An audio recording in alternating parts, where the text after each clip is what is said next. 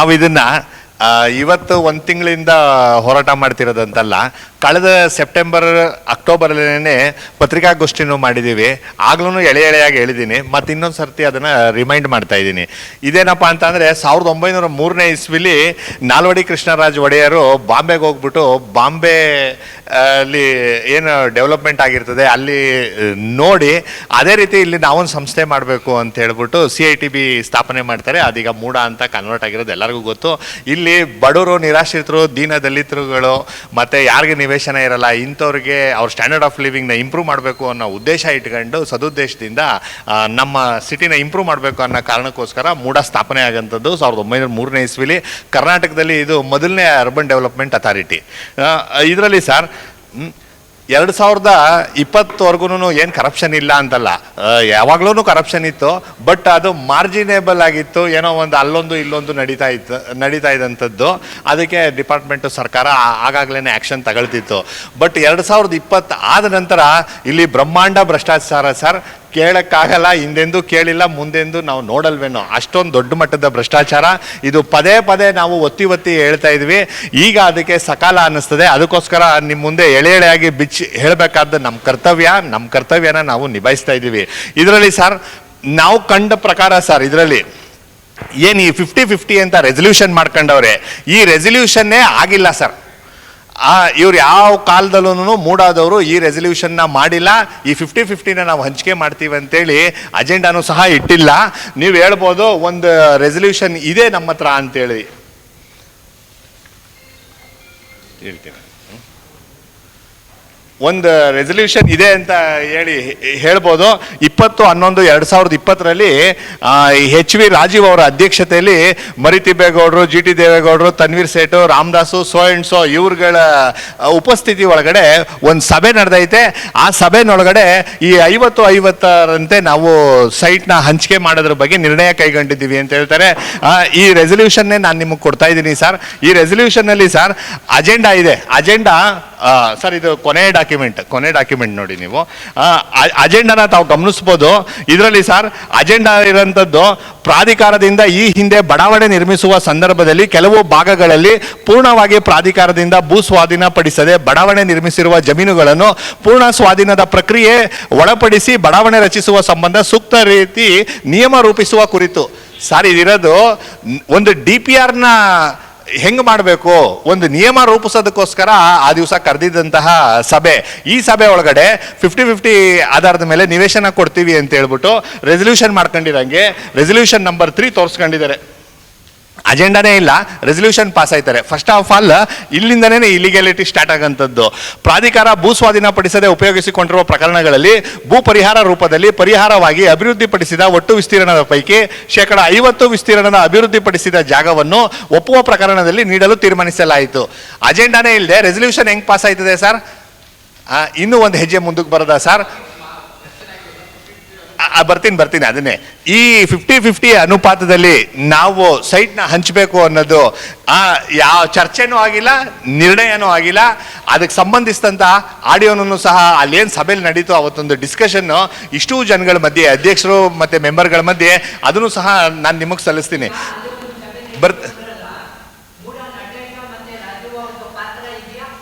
ಐತೆ ಈಗ ಹೌದು ಇದೆ, ಕೊಡ್ತಾ ಇದ್ದೀನಿ ಸರ್. ಈಗ ವಿಚಾರಕ್ಕೆ ಬರ್ತೀನಿ ಸರ್. ನಾನು ನಿಮ್ಗೆ ಇವತ್ತು ಪತ್ರಿಕಾ ಪ್ರಕಟಣೆ ಜೊತೆಗೆ 4 ವಿಂಗಡಣೆಗಳಾಗಿ ಡಾಕ್ಯುಮೆಂಟ್ಸ್ನ ಕೊಟ್ಟಿದ್ದೀನಿ sir. Part 1, part 2, part 3, part 4 ಅಂತ ತಾವು ಗಮನಿಸ್ಬೋದು. ಪಾರ್ಟ್ 1, ಪಾರ್ಟ್ 2, ಪಾರ್ಟ್ 3 ಏನು ರೆಕಾರ್ಡ್ಸ್ಗಳಿದೆ, ಅದಲ್ಲದೆ ಪಾರ್ಟ್ 4ಅಲ್ಲಿ ಡಾಕ್ಯುಮೆಂಟ್ 1, ಡಾಕ್ಯುಮೆಂಟ್ 2 ಅಂತೇಳಿ 6 ರೆಕಾರ್ಡ್ಸ್ ಕೊಟ್ಟಿದ್ದೀನಿ. ಎಲ್ಲರಿಗೂ ಕೊಟ್ಟಿದ್ದೀನಿ, ದಯಮಾಡಿ ಗಮನಿಸಿ. ಇಲ್ಲಿ ಏನು 2020 ನವೆಂಬರ್ 2020ರಿಂದ ಫಸ್ಟ್ 50-50ರದ ಭ್ರಷ್ಟಾಚಾರದ ವಾಸನೆ ಬಂದಿರೋಂಥದ್ದು, ಅವಾಗಿಂದ ಸೈಟ್ ಅಲಾಟ್ ಮಾಡ್ತಿರೋಂಥದ್ದು. ಇಲ್ಲಿವರೆಗೂ sir more than 5000 site allot ಆಗಿದೆ.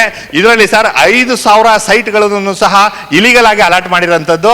ಇವರು ಹಣ ಮಾಡಬೇಕು ಅಂತ ಒಂದೇ ಉದ್ದೇಶದಿಂದ ಕಾನೂನನ್ನ ಉಲ್ಲಂಘಿಸಿ ಮಾಡಿರೋಂಥದ್ದು ಸರ್. ಇದು ಆಕ್ಟ್ ಸರ್, ಕೂಡ ಆಕ್ಟ್. ಈ ಕೂಡ ಆಕ್ಟ್ಗೆ ವಿರುದ್ಧವಾಗಿ ಬೈಲಾ ಬರ್ಕೊಂಡಿರೋದು. ಯಾವುದೇ ರೀತಿ ಚರ್ಚೆ ಆಗದೆ ಇದ್ರೂ ಸಹ ಅದರದ್ದು ರೆಸಲ್ಯೂಷನ್ ಪಾಸ್ ಮಾಡ್ಕೊಂಡು ಬೈಲಾ ಬರ್ಕೊಂಡಿದ್ದಾರೆ.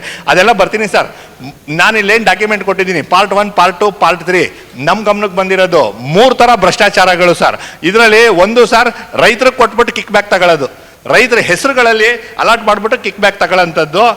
ಇದರಲ್ಲಿ ಸರ್ ಪಾರ್ಟ್ 2 ಬಂದು GPA ಹೋಲ್ಡರು ರಿಯಲ್ ಎಸ್ಟೇಟ್ನವ್ರಿಗೆ ಸೈಟ್ನ ಕೊಡೋಂಥದ್ದು ಮತ್ತು ಅವರಿಂದ ಕಿಕ್ ಬ್ಯಾಕ್ ತಗೊಳ್ಳೋಂಥದ್ದು. ಅದ್ರ ECಗಳೆಲ್ಲ ತಾವು ಗಮನಿಸ್ಬೋದು. ನಾನು ಪ್ರತಿಯೊಂದು ECಗಳನ್ನು ಇಟ್ಕೊಂಡಿದ್ದೀನಿ. ನಾನು ನಿಮಗೆ ಕೊಡಬೇಕು ಅಂತಂದರೆ ಕಡಿಮೆ ಅಂತ ಅಂದ್ರೆ 3000ದಿಂದ 4000 ಪುಟ ಆಯ್ತದೆ. ಎಲ್ಲ ಪೆನ್ ಡ್ರೈವಲ್ಲಿ ಹಾಕಿ ನಾನು ನಿಮಗೆ ಕೊಡ್ತೀನಿ. ಪೆನ್ ಡ್ರೈವಲ್ಲಿ ಬೇಕಂತ ಅಂದರೆ ಪೆನ್ ಡ್ರೈವಲ್ಲಿ ಕೊಡ್ತೀನಿ. ಇದರಲ್ಲಿ ಸರ್ ಮೂರನೇ ಥರ ಬಂದ್ಬಿಟ್ಟು ಈ ಸತ್ತೋಗಿರೋರು ಅಥವಾ XYZ ವ್ಯಕ್ತಿ ಇರ್ತಾನೆ, ಇವನ್ ಬದಲಿ ಇನ್ನೊಬ್ಬ XYZ ವ್ಯಕ್ತಿನ ತಂದು ಕುಣಿಸಿ ಸೈಟ್ ಕೊಡೋಂಥದ್ದು. ಇವ್ರುಗಳಿಗೆಲ್ಲ ಸರ್ ಎಷ್ಟು ಸೈಟ್ ಕೊಡೋದು? ಎಲ್ಲೋ 1 ಸೈಟ್ 2 ಸೈಟ್ ಅಲ್ಲ ಸರ್, ಒಬ್ಬೊಬ್ಬರಿಗೆ 100 100 ನಾನು ಹೇಳ್ತಿರೋದು 1 2 3 ಅಲ್ಲ, 98 99 100 ಸೈಟ್ ಕೊಡೋಂಥದ್ದು. ಈ ರೀತಿ ಬೇನಾಮಿ ರೈತರುಗಳಿಗೆ 100 ಸೈಟ್ ಕೊಡೋದು, ರಿಯಲ್ ಎಸ್ಟೇಟ್ನವ್ರಿಗೆ 100 ಸೈಟ್ ಕೊಡೋಂಥದ್ದು, ಮತ್ತೆ ಸತ್ತೋಗಿರೋರು ಭೂಮಿ ಮೇಲೆ ಇಲ್ದೇ ಇರೋರಿಗೆ 100 ಸೈಟ್ ಕೊಡೋಂಥದ್ದು. ಈ ರೀತಿ ಮಾಡಿರೋಂಥದ್ದು ಸರ್. ಈಗ ಪಾರ್ಟ್ 1ನಲ್ಲಿ ಸರ್ ನಮ್ಗೆ ಯಾರ ಮೇಲೂ ದ್ವೇಷ ಇಲ್ಲ. ಪಾರ್ಟ್ 1ನಲ್ಲಿ ನಾನು ನಮ್ಮ ಮುಖ್ಯಮಂತ್ರಿ ಅವ್ರದ್ದೇನೆ ಒಂದು ಸೇಲ್ ಡೀಡ್ನ ತಮಗೆ ಕೊಡ್ತಾ ಇದ್ದೀನಿ. ಇದು ಸರ್ ಇವ್ರದ್ದಿಗೆ ರೈತರುಗಳಿಗೆ ಹೆಂಗೆ ಭೂಮಿನ ಅಲಾಟ್ ಮಾಡಿಬಿಟ್ಟು ಕಿಕ್ ಬ್ಯಾಕ್ ತಗೊಳ್ತಾರೆ ಅನ್ನೋದ್ರ ಇದು ದಾಖಲೆ ವಿವರ ಮಾಡ್ತೀನಿ. ಇದರಲ್ಲಿ ಸರ್ ಮೇಡಮ್ ಭೂಮಿ ಕಳ್ಕೊಂಡಿದ್ದಾರಂತೆ. ಭೂಮಿ ಕಳ್ಕೊಂಡು ಸರ್ ಭೂಮಿಯನ್ನು ಸ್ವಇಚ್ಛೆಯಿಂದ ಬಿಟ್ಟುಕೊಡುವುದಕ್ಕಾಗಿ ಪ್ರೋತ್ಸಾಹದಾಯಕ ಯೋಜನೆ ನಿಯಮಗಳು 1991 ಅನ್ವಯ ಸರ್ ಇವರು 1991 ರೂಲ್ ಪ್ರಕಾರ ಭೂಮಿ ಬಿಟ್ಕೊಟ್ರಂತೆ, 4 ಎಕರೆ ಬಿಟ್ಕೊಟ್ರಂತೆ. 1991 ಆ್ಯಕ್ಟ್ ಏನು ಹೇಳ್ತದೆ ಸರ್, ಯಾರ್ಯಾರಿಗೆ ಎಷ್ಟೆಷ್ಟು ಕೊಡ್ಬೇಕಂತೇಳಿ ಸ್ಪಷ್ಟವಾಗಿ ಕೂಡ ಆ್ಯಕ್ಟನ್ನೇ ಹೇಳ್ತದೆ ಸರ್. ಇವರು ಅರ್ಧ ಎಕರೆಯಿಂದ 1 ಎಕರೆ ಬಿಟ್ಕೊಟ್ರೆ 30-40 ನಿವೇಶನ, 1 ಎಕರೆ ಬಿಟ್ಕೊಟ್ರೆ 30-40 ನಿವೇಶನ, 1 ಎಕರೆ ಮೀರಿದ್ದು 2 ಎಕರೆ ಒಳಗಡೆ ಬಿಟ್ಕೊಟ್ರೆ 40-60 ನಿವೇಶನ, 3 ಎಕರೆಯಿಂದ 4 ಎಕರೆ ಬಿಟ್ಕೊಟ್ರೆ 40-60 2 ನಿವೇಶನಗಳು. ಇವರು 2 ನಿವೇಶನಕ್ಕೆ ಮಾತ್ರನೇ ಎಲಿಜಿಬಲ್ ಸರ್. ಇವ್ರಿಗೆ ಹೆಂಗೆ 15 ಸೈಟ್ನ ಕೊಡ್ತಾರೆ ಸರ್? ಯಾವ ಆಧಾರದ ಮೇಲೆ ಕೊಡ್ತಾರೆ ಸರ್? ಈ ಥರ ಕಾನೂನೇ ಇಲ್ಲ. ಇದು ಸರ್ ಆ್ಯಕ್ಟ್. ಈ ಆ್ಯಕ್ಟ್ನ ಓವರ್ ರೂಲ್ ಮಾಡಿಬಿಟ್ಟು ಬೈಲಾ ಮಾಡೋದಕ್ಕೆ ಸಾಧ್ಯನಾ ಸರ್? ಸಂವಿಧಾನ ಮದರ್ ಆಫ್ ಆಲ್ದಿಲ್ಲ. ಎನೆಕ್ಟ್ಮೆಂಟ್ಗಳನ್ನ ಪಾಸ್ ಮಾಡಬೇಕು ಅಂತಂದರೆ ಸಂವಿಧಾನಕ್ಕೆ ವಿರುದ್ಧವಾಗಿ ಯಾವುದೇ ರೀತಿ ಎನೆಕ್ಟ್ಮೆಂಟ್ ಪಾಸ್ ಮಾಡೋಕ್ಕಾಗಲ್ಲ. ಇವರು ಬೈಲಾಗಳು ಮಾಡ್ತು ಅಂತ ಅಂದರೆ ಯಾವುದೇ ರೀತಿ ಈ ರೂಲ್ಗೆ ವಿರುದ್ಧವಾಗಿ ಬೈಲಾಗಳು ಮಾಡೋಕ್ಕಾಗಲ್ಲ. ಈ ರೀತಿ ಬೋಗಸ್ ಬೈಲಾಗಳನ್ನ ಮಾಡ್ಕೊಂಡಿದ್ದಾರೆ. ಯಾವುದೋ ಚರ್ಚೆನೂ ಆಗಿಲ್ಲ, ಮಗದೊಂದು ಏನೂ ಆಗಿಲ್ಲ. ಏನು 1991 ರೂಲ್ ಪ್ರಕಾರ ಕೊಡ್ತಿದ್ದೀವಿ ಅಂತ ಹೇಳ್ತಾರೆ, ಅದರಿಂದನೇ ಕೊಡಬೇಕಾಗಿತ್ತು. 2 ಸೈಟ್ ಮಾತ್ರ ಕೊಡಬೇಕಾಗಿತ್ತು, 15 ಸೈಟ್ ಕೊಟ್ಟವ್ರೆ. ಒಂದು ಪಕ್ಷ 50-50 ಆಧಾರದ ಮೇಲೆ ಕೊಟ್ಟರು ಅಂತಲೇ ತಿಳ್ಕೊಳ್ಳೋದ ಸರ್. ಕೊಟ್ಟರು ಈಗ ಏನು ಡೆವಲಪ್ ಮಾಡ್ತಾವ್ರೋ ಆ ಲೇಔಟಲ್ಲಿ ಕೊಡಬೇಕು. ಇಲ್ಲ ಅಂತಂದರೆ ಮುಂದಿನ ದಿನಗಳಲ್ಲಿ ಏನು ಮೂಡಾದವ್ರು ಡೆವಲಪ್ ಮಾಡ್ತಾರೋ ಆ ಲೇಔಟ್ಗಳಲ್ಲಿ ಸೈಟ್ ಕೊಡಬೇಕಾಗಿತ್ತು. ಈಗೆಲ್ಲಾಗಲೇ 35 ವರ್ಷ 40 ವರ್ಷದ ಹಿಂದೆ ಡೆವಲಪ್ ಆಗಿರೋ ಸೈಟಲ್ಲಿ ಅದು ಹೆಂಗೆ ಕೊಡೋದಕ್ಕೆ ಸಾಧ್ಯ ಸರ್? ಒನ್ಸ್ ಅಗೇನ್ ಅದು ಇಲೀಗಲು ಸರ್. ಇಲ್ಲಿ ಕಾನೂನಲ್ಲಿ ಸ್ಪಷ್ಟವಾಗಿ ಭೂಮಿನ ಯಾವ ರೀತಿ ಹಂಚಿಕೆ ಮಾಡಬೇಕು, ಪ್ರಾಧಿಕಾರಕ್ಕೆ ಒಂದು ಪಕ್ಷ ಹಂಗೆ ಕೊಡ್ಬೇಕಂತಂದರೆ ಡಿಫ್ರೆನ್ಸ್ ಅಮೌಂಟ್ ಹೆಂಗೆ ಕಲೆಕ್ಟ್ ಮಾಡಬೇಕು ಅನ್ನೋದು ಸ್ಪಷ್ಟವಾಗಿ ಬರೆದಿದ್ದಾರೆ ಸರ್. ಆಮೇಲೆ ಸರ್ ಈ ರೀತಿ ರೈತರಿಗೆ ಕೊಡಬೇಕಾದ್ರೆ ಸರ್ ಅಲ್ಲೊಂದು ಸ್ಪಂದನಾ ಕೌಂಟ್ರ್ ಅಂತ ಏನು ಮಾಡ್ಕೊಂಡಿದ್ದಾರೋ ಯಾರೂ ಸಹ ಸ್ಪಂದನಾ ಕೌಂಟ್ರಿಗೆ ಅರ್ಜಿ ಕೊಟ್ಬಿಟ್ಟು ಕಮಿಷನರ್ವರೆಗೂ ಹೋಗೋದೇ ಇಲ್ಲ ಸರ್. ಇಲ್ಲಿ ಕಮಿಷನರ್ ಮಂಜೂರಾತಿ ಮಾಡಬೇಕು ಅಂತ ಅಂದರೆ ಸೈಟ್ಗಳನ್ನ ಸರ್ ಸ್ಪಂದನಾ ಕೌಂಟ್ರಲ್ಲಿ ಕೊಡಬೇಕು, ಕನ್ಸರ್ನ್ ಕೇಸ್ ವರ್ಕರ್ಗೆ ಹೋಗಬೇಕು, ಲ್ಯಾಂಡ್ ಅಕ್ವಿಷನ್ ಡಿಪಾರ್ಟ್ಮೆಂಟ್ಗೆ ಹೋಗಬೇಕು. ಲ್ಯಾಂಡ್ ಅಕ್ವಿಷನ್ ಡಿಪಾರ್ಟ್ಮೆಂಟ್ ಅವ್ರ ರಿಪೋರ್ಟ್ ಮೇಲೆ ಯಾವಾಗ ಭೂಮಿ ಅಕ್ವಿಷನ್ ಆಯಿತು, ಈಗ ಅದರ ಪ್ರೆಸೆಂಟ್ ಸ್ಟೇಟಸ್ ಏನು, ಅದರಲ್ಲಿ ಈಲ್ಡ್ ಎಷ್ಟು ಬತ್ತು, ಆ ಭೂಮಿ ಅಕ್ವಿಷನ್ ಮಾಡ್ಕೊಂಡಿದ್ರಲ್ಲಿ ಈಲ್ಡ್ ಅಂತ ಅಂದರೆ ಈ ರಸ್ತೆಗೆ, CS ಸೈಟ್ಗೆ, ಪಾರ್ಕ್ಗೆ, ಇವನ್ನೆಲ್ಲ ಚರಂಡಿಗಳಿಗೆ ಮತ್ತು ಇದು ಮಗದೊಂದಕ್ಕೆಲ್ಲ ಕಳೆದು ಎಷ್ಟು ಸೈಟ್ಗಳನ್ನ ಅಲಾಟ್ ಮಾಡಿದ್ರು, ಅದರಲ್ಲಿ ಎಷ್ಟು ಲಾಭ ಬಂತು, ಇವ್ರಿಗೆ ಎಷ್ಟು ಕೊಡ್ಬೋದು ಅಂತೇಳಿ ಲ್ಯಾಂಡ್ ಅಕ್ವಿಷನ್ ಆಫೀಸರ್ ಇವ್ರಿಗೊಂದು ರಿಪೋರ್ಟ್ ಕೊಡಬೇಕು. ಆ ರಿಪೋರ್ಟ್ ಆಧಾರದ ಮೇಲೆ ಮಾತ್ರನೇ ಇವರು ಮಂಜೂರಾತಿ ಮಾಡೋಕ್ಕೆ ಸಾಧ್ಯ. ಆ ಮಂಜೂರಾತಿ ಮಾಡಬೇಕಂದ್ರೆ ಸಭೆಯಲ್ಲಿ ಮಂಡಿಸ್ಬೇಕು ಸರ್. ಇಷ್ಟೆಲ್ಲನೂ ಕಾನೂನು ಇಟ್ಕೊಂಡು ಸರ್ ಕಾನೂನೆಲ್ಲ ಗಾಳಿಪಟ ತೂರ್ಬಿಟ್ಟು ಡೈರೆಕ್ಟ್ ಇವ್ರ ಆಫೀಸ್ಗೆನೇ ರಿಕ್ವಿಷನ್ ಲೆಟರ್ಗಳು ಬರ್ತವೆ ರೈತರ ಕಡೆಯಿಂದ. ಡೈರೆಕ್ಟ್ ಇವರೇನೇ ಇವ್ರಿಗೆ ಮನ್ಸಿಗೆ ಬಂದಿದ್ದು, ನಿನಗೆ 358 ನಂಬರ್ ಸೈಟು, ನಿನಗೆ 458 ನಂಬರ್ ಸೈಟು ಅಂತೇಳಿ ಇವ್ರಿಗೆ ಯಾವ್ದಾದ್ರು ಮನ್ಸಿಗೆ ಬರ್ತದೋ ಅಂಥ ಸೈಟ್ಗಳನ್ನ ಅವ್ರು ಕೇಳಿದಂಥ ಏರಿಯಾದಲ್ಲಿ ಕೇಳಿದಂಥ ಡೈಮೆನ್ಷನ್ಗೆ ಇಶ್ಯೂ ಮಾಡಿರೋಂಥದ್ದು. ಆಮೇಲೆ ECಗಳನ್ನ ತಾವು ಗಮನಿಸ್ಬೋದು. ಈ ರೀತಿ ಅಲಾಟ್ ಮಾಡಿ ಸೈಟು ಬರೀ 15 ದಿನ 20 ದಿನದಲ್ಲಿ ಮತ್ತೆ ಇವ್ರಿಗೆ ಬೇರೆಯವ್ರಿಗೆ ಮಾರಾಟ ಆಗಂಥದ್ದು. ಇದ್ರ ಅರ್ಥ ಏನು ಸರ್? ಇದೆಲ್ಲ ಕಿಕ್ ಬ್ಯಾಕ್ ತಗೊಳ್ತಾವ್ರ ಅಂತ ಹೇಳ್ಬಿಟ್ಟು. ಇದು ಪಾರ್ಟ್ ನಂಬರ್ 1 ಡಾಕ್ಯುಮೆಂಟ್ ನಾನು ಏನು ಕೊಟ್ಟಿದ್ದೀನಿ. ಈ ರೀತಿ ಭ್ರಷ್ಟಾಚಾರಗಳು ಇದರಲ್ಲಿ ಸರ್ ರೈತರಿಗೆ ಮುಂದೆ ಕೊಟ್ಟಂಗೆ ಕೊಟ್ಬಿಟ್ಟು ಹಿಂದ್ಗಡೆಯಿಂದ ಇಸ್ಕೊಳ್ಳೋಂಥದ್ದು. ಪಾರ್ಟ್ ನಂಬರ್ 2 ರೆಕಾರ್ಡ್ಸ್ ನೋಡ್ಬೋದು ಸರ್. ಇದು ಇನ್ನೂ ಇಂಟ್ರೆಸ್ಟಿಂಗು. ಒಂದು ಪಕ್ಷ ರೈತರುಗಳ ಹೆಸರಲ್ಲಿ ಏನು ಕೊಟ್ಟಿರ್ತಾರೆ ಅದನ್ನ ಕ್ಷಮಿಸ್ಬಿಡ್ಬೋದು ಅಂತ ತಿಳ್ಕೊಳ್ಳಿ. ಇದು ಏನೋ ಕ್ಯೂರೇಬಲ್ ಡಿಫೆಕ್ಟ್, ಅದು ಮತ್ತೆ ರೈತರ ಹತ್ರನೇ ನಾವು ಪಡ್ಕೊಳ್ಬೋದು. ಇದೇನೈತೆ ಸರ್, ಇದು ಇದು ಅದಕ್ಕಿಂತ ದೊಡ್ಡ ಬ್ರಹ್ಮಾಂಡ ಭ್ರಷ್ಟಾಚಾರ ಸರ್. ಇದರಲ್ಲಿ GPA ಹೋಲ್ಡರ್ಗಳು ರಿಯಲ್ ಎಸ್ಟೇಟ್ಗಳವ್ರದ್ದು ಆಟಗಳೈತೆ ಸರ್. ಇದರಲ್ಲಿ ಉದಾಹರಣೆಗೆ ಇಲ್ಲ ನಾನು ಒಂದು ಸೇಲ್ ಡೀಡ್ ಕೊಟ್ಟಿದ್ದೀನಿ. ಇದು ಯಾರೋ ಮಂಜುನಾಥ್ ಅನ್ನೋರಿಗೆ ಇದನ್ನ ಕ್ರಯಪತ್ರ ಮಾಡಿಕೊಟ್ಟಿರೋಂಥದ್ದು. ಈ ಮಂಜುನಾಥ್ ಹೆಸರಲ್ಲಿ 100 ಸೈಟ್ ಇದಾವೆ ಸರ್. 100 ನಟೇಶ್ ಕಾಲದಿಂದನೂ ಈಗ್ಲೂ 100 ಸೈಟ್ ಇದಾವೆ. ಆ 100 ಸೈಟ್ದು ರೆಕಾರ್ಡ್ ನಾನು ನಿಮಗೆ ಕೊಡ್ತೀನಿ. ಇವಾಗ 100 ಸೈಟ್ಗೆ ಇವರು ಭೂಮಿ ಕಳ್ಕೊಂಡವ್ರಂತೆ, ಭೂಮಾಲೀಕರಿಗೆ ಪರಿಹಾರ ಕೊಟ್ಟವ್ರಂತೆ. ಯಾವ ಭೂಮಿನ ಎಲ್ಲಿ ಹೆಂಗ್ ಕಳ್ಕೊಂಡ್ರು ಸರ್ ಇವರು? ಇವ್ರ ಹತ್ರ ಯಾವುದೇ ರೀತಿ ಭೂಮಿ ಇಲ್ಲ, ಇವರು ರಿಯಲ್ ಎಸ್ಟೇಟ್ ಏಜೆಂಟು. ಇವ್ರಿಗೆ ಇಷ್ಟು 100 ಸೈಟ್ಗಳನ್ನ ಹೆಂಗ್ ಮಂಜೂರು ಮಾಡಿದ್ರು ಸರ್? ಇದರಲ್ಲಿ ಇದೇ ಸೇಲ್ ಡೀಡಲ್ಲೇನೆ ನೀವು ನೋಡ್ಬೋದು. ಮಾನ್ಯ ಕರ್ನಾಟಕದ ಉಚ್ಚ ನ್ಯಾಯಾಲಯದ ಆದೇಶದಂತೆ WP 25/130/22 ಡೇಟೆಡ್ 15/12/2022 ಮತ್ತು ಸಭೆಯ ನಿರ್ಣಯದಂತೆ ನಾವು ಕೊಟ್ಟಿದ್ದೀವಿ ಅಂತ ಸರ್. ಹೋಗ್ಲಿ ರಿಟ್ ಪಿಟಿಷನ್ನ ನಾನು ಇಲ್ಲೇನೆ ನಿಮಗೆ ಎನ್ಕ್ಲೋಸ್ ಮಾಡಿಕೊಟ್ಟಿದ್ದೀನಿ. ಇದೇ ರಿಟ್ ಪಿಟಿಷನ್ ಅವ್ರು ಉಲ್ಲೇಖ ಮಾಡಿದ್ದು. ಅಟ್ಲೀಸ್ಟ್ ಇದರಲ್ಲಾದ್ರೂ ಅವರು ಪಾರ್ಟಿನ ಸರ್, ಪಾರ್ಟಿ ಯಾರೋ ಶಿವಮ್ಮ, ಶೋಭಾ, ರಾಜಶೇಖರ, ಪ್ರದೀಪ ಅನ್ನೋರು ಇವ್ರುಗಳು party. This petitioner are represented by GPA holder Manjunath. ಅವರು ಬರೀ ಕೇಸ್ನ ನಡೆಸೋದಕ್ಕೋಸ್ಕರ GPA ತಗೊಂಡಿರ್ತಾರೆ ಸರ್. ಅವರು ನೀವೇ ಭೂಮಿ ಕಳ್ಕೊಂಡವ್ರಲ್ಲ, ಅವರು ಭೂಮಿ ಮಾಲೀಕರು ಅಲ್ಲ. ಅಲ್ಲಿ GPA ಹೋಲ್ಡರ್ ಆಗಿರ್ತಾರೆ.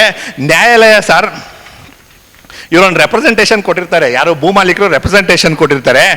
ಅದನ್ನ ಸರ್ ಇದರಲ್ಲಿ ಏನಂತ ಹೇಳ್ತದೆ ಅಂತ ಅಂದ್ರೆ, authority are hereby directed to address the grievances of the petitioner and consider their representation dated so and pass appropriate order in accordance with law within a period of 3 week ಅಂತ ಇರ್ತದೆ. ಅಂದ್ರೆ ಅವ್ರು ಏನು ನಿಮಗೆ requisition ಕೊಟ್ಟಿರ್ತಾರೋ ಕಾನೂನುಬದ್ಧವಾಗಿ 3 ವಾರದೊಳಗಡೆ ಅದನ್ನ ವಿಲೆ ಮಾಡಿ ಅಂತೇಳಿ ನ್ಯಾಯಾಲಯ ಡೈರೆಕ್ಷನ್ಸ್ ಕೊಡೋಂಥದ್ದು. ಅವ್ರು ಯಾರು ನ್ಯಾಯಾಲಯದಲ್ಲಿ ಸೈಟ್ ಕೊಡಿ ಅಂತ ಎಲ್ಲೂ ಹೇಳಿಲ್ಲ ಸರ್. ಇವರು ಇದನ್ನ ಮಿಸ್ಯೂಸ್ ಮಾಡ್ಕೊಂಡು ಇದನ್ನ ಸೇಲ್ ಡೀಡ್ ಅಲ್ಲಿ ಬಳಸ್ಕೊಂಡು ಮೂಲ ಮಾಲೀಕರು ಯಾರಿರ್ತಾರೆ ಅವ್ರ ಹೆಸರನ್ನ ಮರೆ ಮಾಡಿ GPA ಹೋಲ್ಡರ್ಗೆ ಡೈರೆಕ್ಟ್ ಆಗಿ ಸೈಟ್ಗಳು ಕೊಡುವಂಥದ್ದು. ಅದನ್ನು ಒಂದೊಂದು 2 ಅಲ್ಲ ಸರ್, ಒಂದೊಂದು ಭೂಮಿಗೆ 15, 20, 25 ಈ ರೀತಿ ಮನಸೋ ಇಚ್ಛೆ ಒಂದೇ ವ್ಯಕ್ತಿಗೆ 100 ಸೈಟ್ಗಳು ಮೇಲ್ಕೊಟ್ಟಿರುವಂಥದ್ದು. ಈ ತರ ಮಂಜುನಾಥ್ಗಳು ಅಲ್ಲಿ ಮೂಡಾದಲ್ಲಿ ಒಂದು 100 ಜನ ಇದ್ದಾರೆ ಸರ್. ಇದರಲ್ಲಿ ಸರ್ ನ್ಯಾಯಾಲಯದ ಆದೇಶಗಳನ್ನ ಮಿಸ್ಯೂಸ್ ಮಾಡ್ಕೊಳ್ಳೋಂಥದ್ದು, ಮತ್ತೆ ಮೂಡಾದಲ್ಲಿ ಸಭೆ ನಡೆದೈತೆ ಅಂತ, ಯಾವಾಗ ಸಭೆ ನಡೆದೈತೆ, ಏನು ನಡೆದೈತೆ ಅಂತ ಎಲ್ಲ ಹೇಳ್ದೇ ಇರೋಂಥದ್ದು. ಆಮೇಲಿಂದ ಸರ್ ಮೂಲ ಓನರ್ಗಳು ಯಾರಿರ್ತಾರೆ ಅವ್ರ ಹೆಸರು ಮರೆ ಮಾಡೋಂಥದ್ದು. ಮತ್ತೆ ಅಲ್ಲಿ ಭೂಮಿ ಬೆಲೆ ಪ್ರತಿ ಸ್ಕ್ವೇರ್ ಫೀಟ್ಗೆ 8,000 10,000 ಇರ್ತದೆ.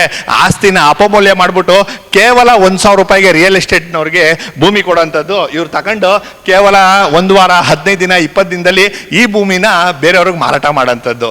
ಈ ರೀತಿ ಸರ್, ಒಂದು ರೈತರುಗಳಿಗೆ ಕೊಟ್ಬಿಟ್ಟು ಕಿಕ್ ಬ್ಯಾಕ್ ತಗೊಳ್ಳೋದು, 2 GPA ಹೋಲ್ಡರ್ ಬ್ರೋಕರ್ಗಳಿಗೆ ಕೊಟ್ಬಿಟ್ಟು ಕಿಕ್ ಬ್ಯಾಕ್ ತಗೊಳ್ಳೋದು, 3ನೇದು ಇನ್ನೂ ವಿಶೇಷವಾದ ಪ್ರಕರಣ ಪಾರ್ಟ್ 3 ಅಂತ ಕೊಟ್ಟಿದ್ದೀನಿ ನಾನು ನಿಮಗೆ ಡಾಕ್ಯುಮೆಂಟ್. ಇಲ್ಲಿ ನೋಡಿ, ಇದು ಪಾರ್ಟ್ 3 ಒಂದು ಪೊಲೀಸ್ ಕಂಪ್ಲೇಂಟ್ ಕೊಟ್ಟಿದ್ದೀವಿ. ಪೊಲೀಸ್ ಕಂಪ್ಲೇಂಟ್ ಕೊಟ್ಬಿಟ್ಟು ಒಂದು ಡಾಕ್ಯುಮೆಂಟ್ ಮಂಜೂರಾತಿ ಪತ್ರ ಕೊಟ್ಟಿದ್ದೀನಿ.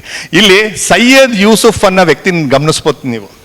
ಸೈಯದ್ ಯೂಸುಫ್ ನಂಬರ್ 34, 2ನೇ ಕ್ರಾಸು, ರಾಜೇಂದ್ರ ನಗರ, NR ಮೌಲ, ಮೈಸೂರು.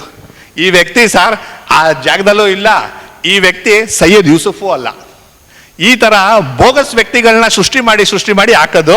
ಈ ಸೈಯದ್ ಯೂಸುಫ್ ಈರನ್ಗೆರೆ ಸರ್ವೆ ನಂಬರ್ 85/1ರಲ್ಲಿ 2 ಎಕರೆ 6 ಗುಂಟೆ ಕಳ್ಕೊಂಡ್ರಂತೆ.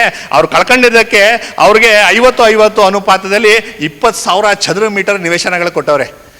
ಈ ತರ ಸೈಯದ್ ಯೂಸುಫ್ಗಳ ಫೈಲ್ ಒಂದು 20 ಫೈಲ್ ಇದಾವೆ. ಆ 20 ಫೈಲು ನಾಪತ್ತೆ ಆಗವೆ. ಇವಾಗ ಆ 20 ಫೈಲನ್ನು RTI ಕಾರ್ಯಕರ್ತರುಗಳಾಗ್ಲಿ, ವಕೀಲರುಗಳಾಗ್ಲಿ, ಮತ್ತೊಬ್ಬರಾಗ್ಲಿ ಅರ್ಜಿ ಹಾಕಿದ್ರೆ ಆ ಫೈಲ್ ಮಿಸ್ಪ್ಲೇಸ್ ಆಗೈತೆ, ಆ ವರ್ಕ್ ಐತೆ, ಈ ವರ್ಕ್ ಐತೆ ಅಂತೇಳಿ ಬರೀ ಬೋಗಸೆ ಕೊಡ್ತಿರೋದು. ಈ ರೀತಿ ಸತ್ತೋದವರು, ಭೂಮಿ ಮೇಲೆ ಇಲ್ಲದೆ ಇರೋಂಥವ್ರು, ಮತ್ತೆ ಬೇರೆ ವ್ಯಕ್ತಿಗಳನ್ನ ಈ ಹೆಸರಲ್ಲಿ ಕುಂಡಿಸ್ಕೊಡ್ತಾ ಇರೋಂಥದ್ದು. ಇಂಥ ಸೈಟ್ಗಳು, ಇಂಥ ಸೈಯದ್ ಯೂಸುಫ್ಗಳು 100 ಜನ ಇದ್ದಾರೆ ಇವರು.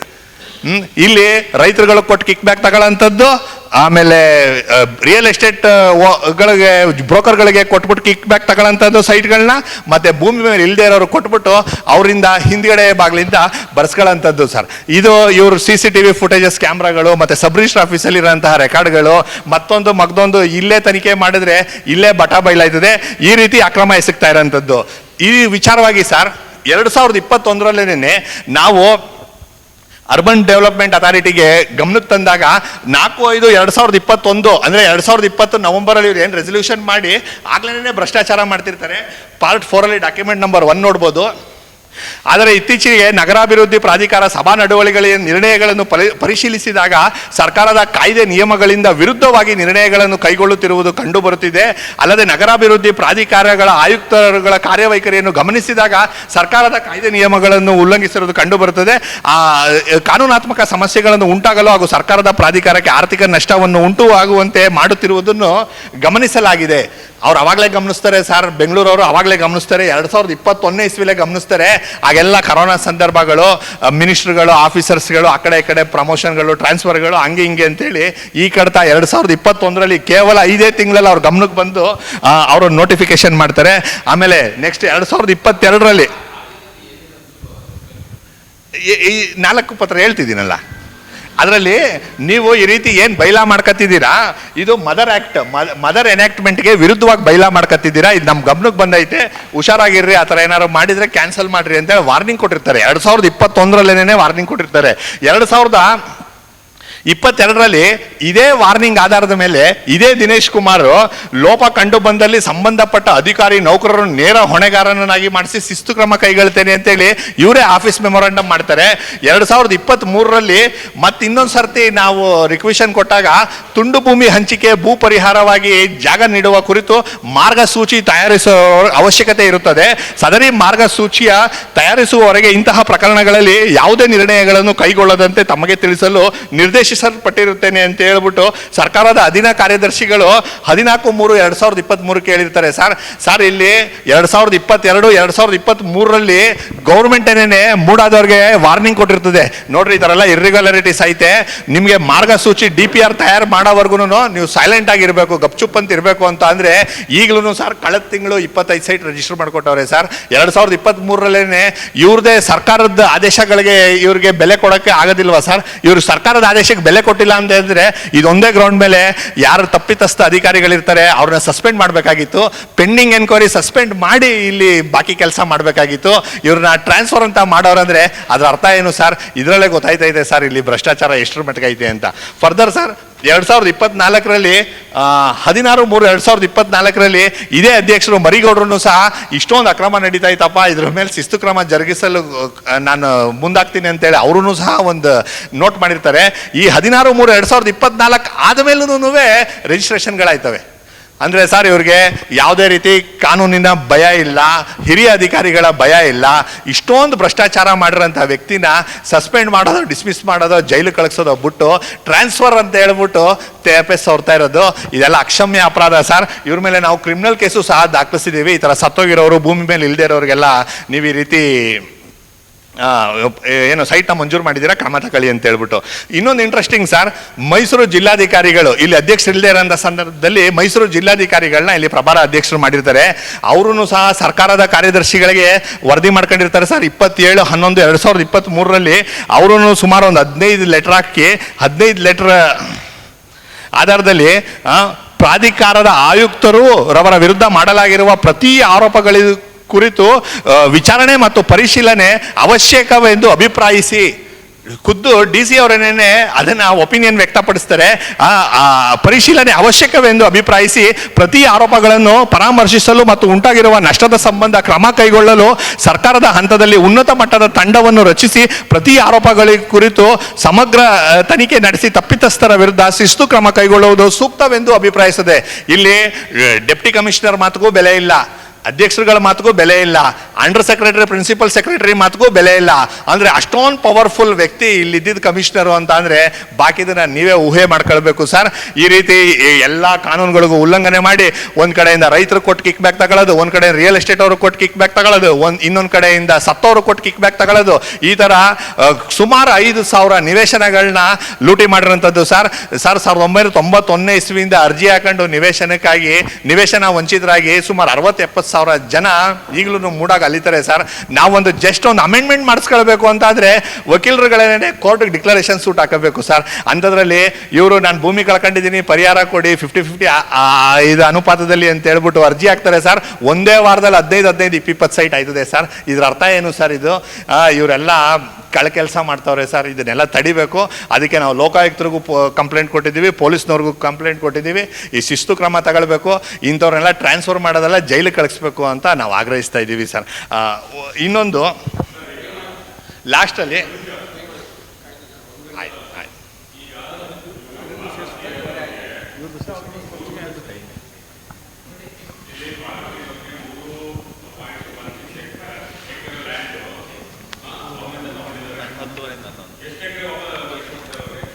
ಸರ್ ಮಾತಾಡ್ಬೋದಾ ಸರ್? ಏನು ಸಮಯ ಆಗಿಲ್ಲ ಅಂದರೆ ಸಮಯ ಕೊಟ್ಟರೆ ಮಾತಾಡ್ತೀನಿ. ಆಯ್ತು ಹೇಳಿ, ಖಂಡಿತ ಹೇಳ್ತೀನಿ ಸರ್. ಸರ್ ಈಗ ನೋಡಿ ಸರ್, ಸರ್ ಈಗ ಮೇಡಮ್ಗೆ 15 ಸೈಟ್ನ ಕೊಟ್ಟವ್ರೆ ಸರ್. ಯಾರ್ದು ರಿಟರ್ನ್ ಸರ್? ರಿಟರ್ನ್ ಹತ್ತತ್ರ ಈಗ ತೋರಿಸಿ ಹಾಂ ಸರ್. ಈಗ 50-50 ಅನುಪಾತದಲ್ಲಿ ಸರ್. ಈಗ ಬೆಳಗ್ಗೆ ನೋಡಿದ್ರು ಅವ್ರಿಗೆ ಎಕರೆ ಗಟ್ಟಲೆ ಕೊಟ್ಟಿಲ್ಲ. ನನಗೆ ಅದನ್ನು ಕ್ಯಾಲ್ಕುಲೇಟ್ ಹಾಂ ಹಾಂ ನೀವು ಹೇಳಿದ ಪಾಯಿಂಟ್ ನಾನು ಹಾಂ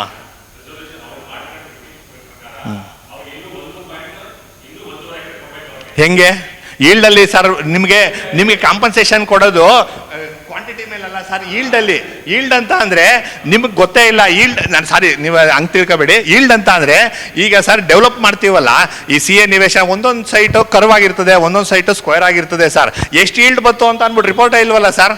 ಈಗ ನೀವೇನು 4 ಎಕರೆ ನೀವು ಕೊಟ್ಟಿದ್ದೀರಲ್ವಾ, ಈಲ್ಡ್ ಎಷ್ಟು ಬಂತು ಸರ್? ಕೆಲವುಗಳು ಬಂಡೆಗಳಿರ್ತವೆ, ಕೆಲವುಗಳು ರಸ್ತೆ ಹೋಗಿರ್ತವೆ, ಕೆಲವು ಕ್ರಾಸ್ ಆಗಿರ್ತವೆ. ಈಗ ನಿಮಗೆ ಈಲ್ಡ್ ಬರ್ತದಲ್ಲ ಸರ್, ಈಲ್ಡಲ್ಲಿ 50% ಕೊಡೋವಂಥದ್ದು. ಎಲ್ಲ 1 ಎಕರೆ ಜಮೀನಲ್ಲೂ ಎಲ್ಲ 24 ಸೈಟ್ ಮಾಡೋಕ್ಕಾಗಲ್ಲ. ಕೆಲವರೆಲ್ಲ 14 ಸೈಟ್ ಆಯ್ತದೆ, ಕೆಲವರು 24 ಸೈಟು ಆಯ್ತದೆ. ಇದರಲ್ಲಿ ಇವ್ರು ಕೊಟ್ಟಿರೋದನ್ನ 50% ಕೊಟ್ಟವ್ರೆ, ಕೊಟ್ಟಿರೋದ್ರಲ್ಲಿ ಮೋಸ ಆಗಿಲ್ಲ. ಈಲ್ಡ್ ಎಷ್ಟು ಬಂದೈತೆ? ಈಗ ಅವ್ರ ಭೂಮಿಲಿ ಈಲ್ಡ್ ಎಷ್ಟು ತಗೊಂಡವ್ರೆ ಸರ್? ಅದ್ರ ರಿಪೋರ್ಟ್ ಎಲ್ಲ ಐತೆ ಸರ್. ಲ್ಯಾಂಡ್ ಅಕ್ವಿಷನ್ ಆಫೀಸರು ಇಲ್ಲ ಅಂತ ನಾನೇ, ನೀವಿದ್ರೆ ನೀವು ನನಗೆ ಕೊಡಬೇಕು ಸರ್. ನೀವಿದ್ರೆ ನನಗೆ ಕೊಡಬೇಕು. ನಾನು ಇದನ್ನ ತನಿಖೆ ಮಾಡಿರೋ ಪ್ರಕಾರ ಇಲ್ಲಿ ಯಾವುದೇ ರೀತಿ ಯಾವಾಗ ಡೆವಲಪ್ ಆಯಿತು, ಯಾರು ಡೆವಲಪ್ ಮಾಡಿದ್ರು, ಯಾವ ಕಾಲದಲ್ಲಿ ಡೆವಲಪ್ ಮಾಡಿದ್ರು, ಲ್ಯಾಂಡ್ ಅಕ್ವಿಷನ್ ರಿಪೋರ್ಟು